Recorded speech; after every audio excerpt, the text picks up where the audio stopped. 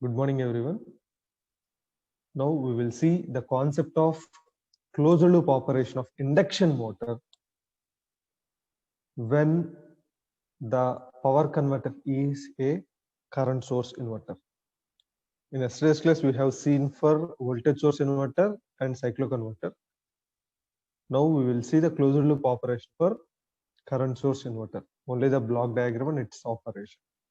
Okay, so you can see the figure here. This figure shows the closed loop operation of a CSI drive. Firstly, I'll explain the blocks. See here, the inverter block represents our current source inverter. So our current source inverter is placed here. And in front of this inverter, you can see here a large inductance is connected. So in order to maintain the current almost constant, which is the DC current, right? And the availability of the supply is chosen as AC supply. So this AC supply must be converted into DC with the form of a full control rectifier here. So a full control rectifier is used to convert this AC supply into a DC supply, and the DC supply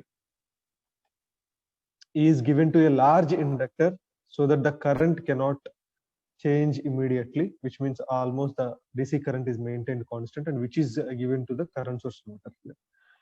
And the output of the inverter is given to the three-phase induction motor here. You can see the three-phase induction motor with the three phases. And the speed of the induction motor is sensed by a speed sensor, which is given to the adder or summer here. And a speed regulator is used, which is a PI controller generally to to stabilize the error. And similarly, a slip regulator is used here in order to limit the slip or in order to control the slip. And a flux control is used, which is similar to our VSI, closed loop operation of a VSI or cycloconverter induction motor drives. There, using the flux control, we have obtained the relation between, or we have maintained the relation between voltage by frequency. Here, we will maintain the relationship between DC current to the frequency. Operation is same because the main motive of this flux control is to maintain the flux constant in order to avoid the saturation operation of the machine.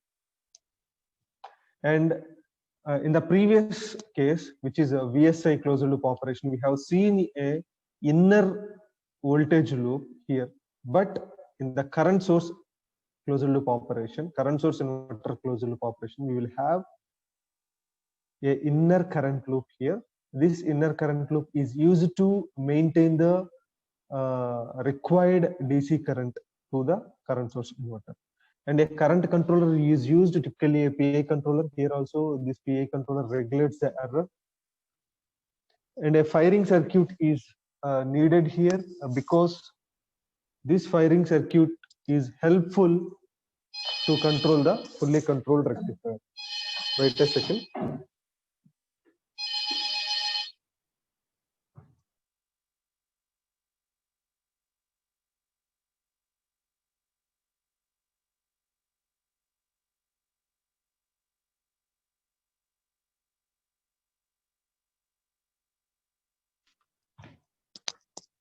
Okay, so this firing control unit or the firing circuit unit produces the required firing angles or firing pulses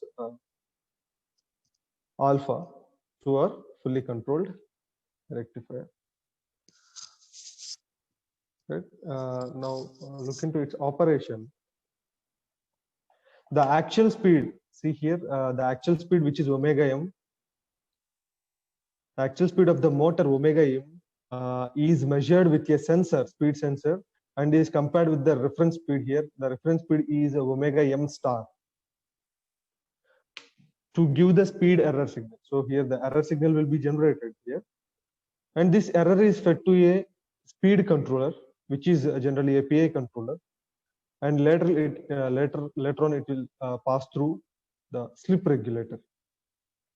So this slip regulator will produces the command slip, which is omega star S1. To obtain the synchronous speed, the slip regulator, the slip speed, which is simply slip speed, and the actual speed, which is omega m, both will be added in order to get the synchronous speed here. Based on the synchronous speed, we will generate the required frequency, which is given to the inverter. So the current source inverter is capable of controlling the frequency, which means it is capable of producing the output voltage with the required amount of frequency also. So in order to get the frequency control, this actual speed and the slip speed can be added to get the synchronous speed. So from the synchronous speed, we can produce the efficiency, which is F. If the slip speed, which is omega S1, and the current Is have a relationship, that relationship is used for the flux control operation. You can see here. So these are the characteristics we have already seen in the current source inverter characteristics. So these characteristics represents the relation between slip speed and the rotor current. So based on this relationship, we can control the flux in order to avoid the saturation. And you can see this flux control produces the reference current, reference DC current, which is ID star.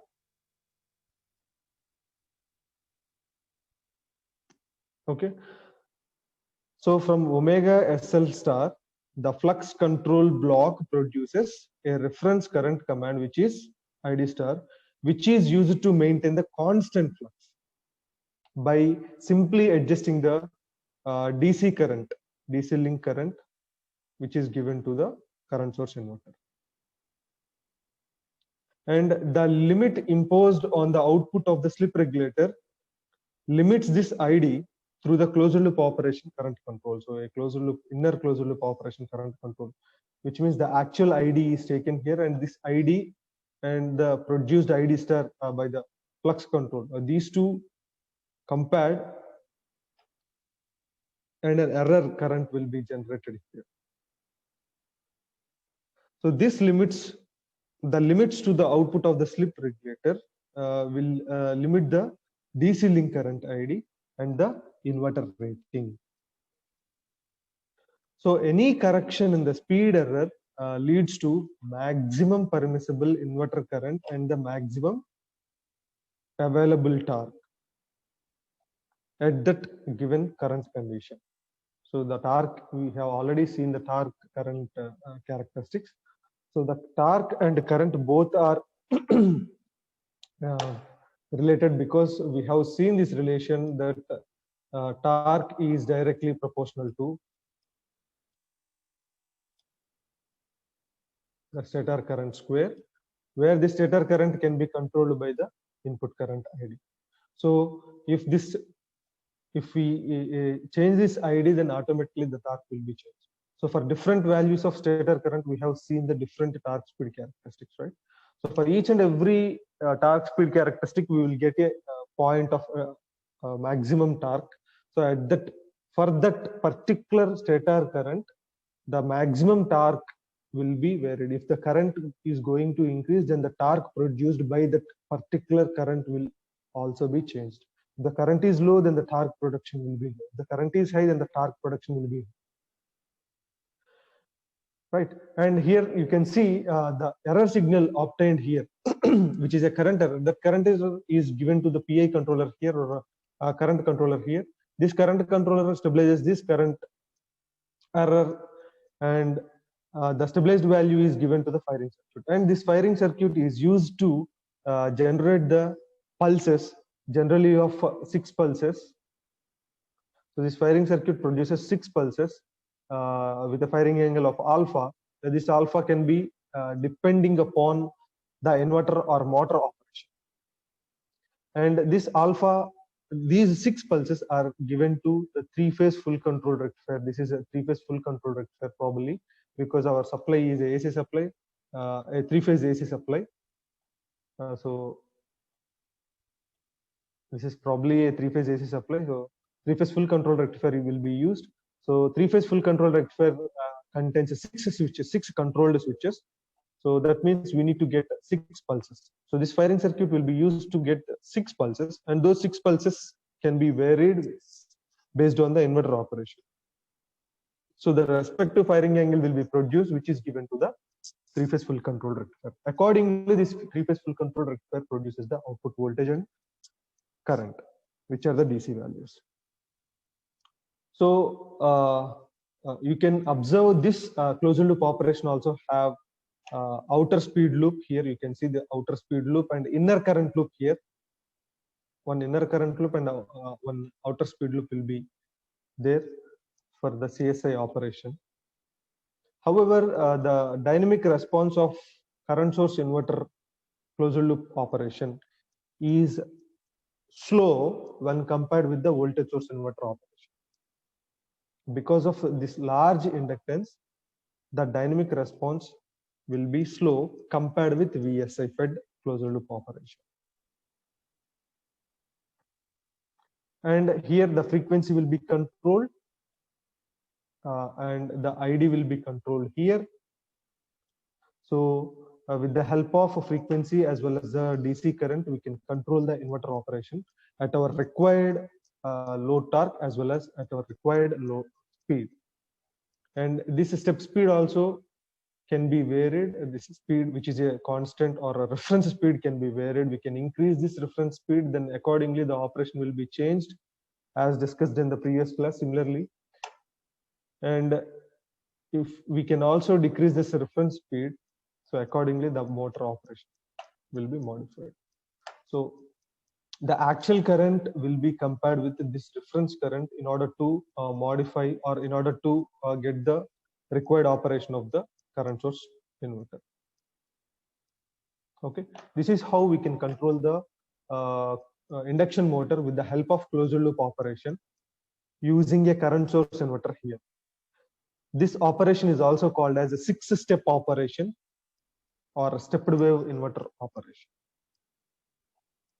Okay, and last we can compare the voltage source inverter and current source inverter operations when both are fed to induction three-phase induction motor. So the power electronics already we have seen the comparison between voltage source inverter versus current source inverter, but we will see the comparison between voltage source inverter and current source inverter drives when these are fed with an induction motor. So VSI fed induction motor drive versus CSI fed induction motor drive, which is also very much important. See, the VSI fed induction motor drive, the input impedance is very much negligible because we won't use any external large inductance here. But in the case of CSI, the inductance, the impedance is very high. Source impedance is very high because we are using a large inductance. You can see here a large inductance is used in series with the source. So the input impedance is very high in the case of CSI inverter or current source inverter.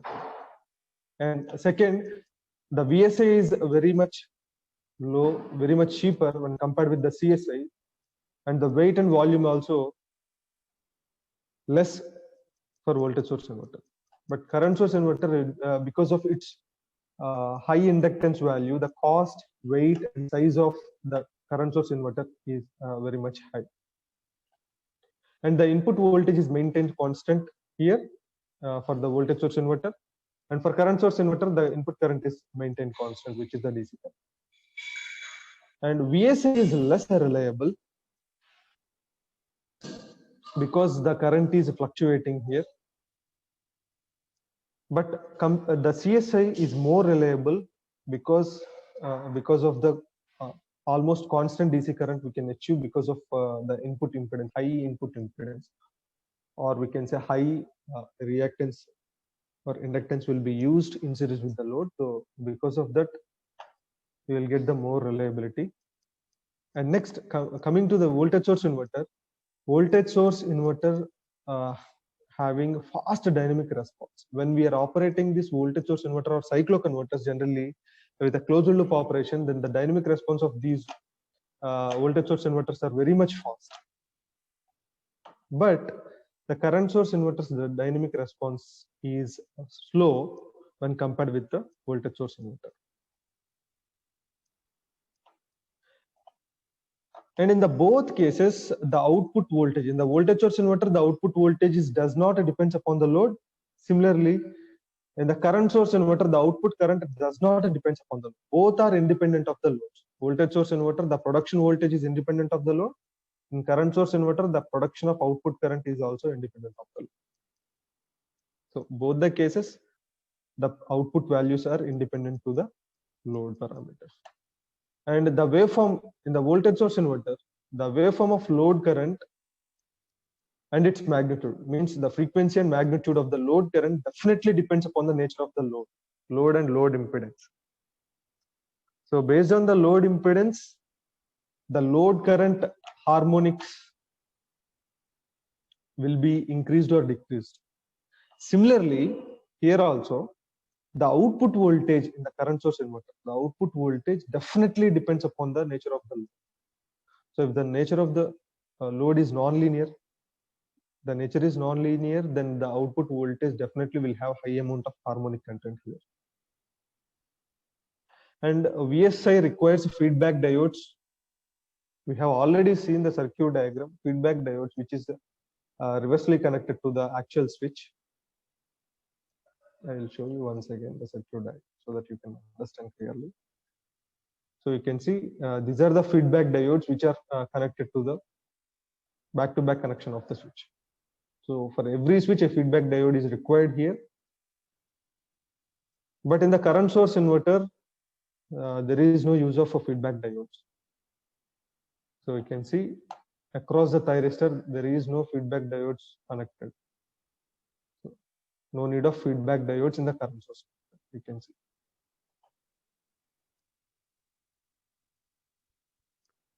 And the commutation circuit is complicated in the voltage source inverter because we need extra commutation circuits to turning off the thyristors, the voltage thyristors or any other switches in the voltage source inverter. But in the current source inverter, the commutation circuit is very simple. It contains only capacitors because here in the circuit diagram itself, diodes and capacitors are connected in series with these thyristors. So these are connected in series with the thyristors because to commutate the thyristors. So only extra capacitors are required. That's it. And VSI drives are suitable for multi-motor drive operations. That means we can operate multi-induction motors at the same time with the help of voltage source inverters. So multiple motors can be connected to a voltage source inverter and which can be controlled simultaneously. But that cannot be happened in the case of current source inverter. Okay. So these are the major comparisons of a voltage source inverter fed induction motor drive versus current source inverter fed induction motor drive. Thank you.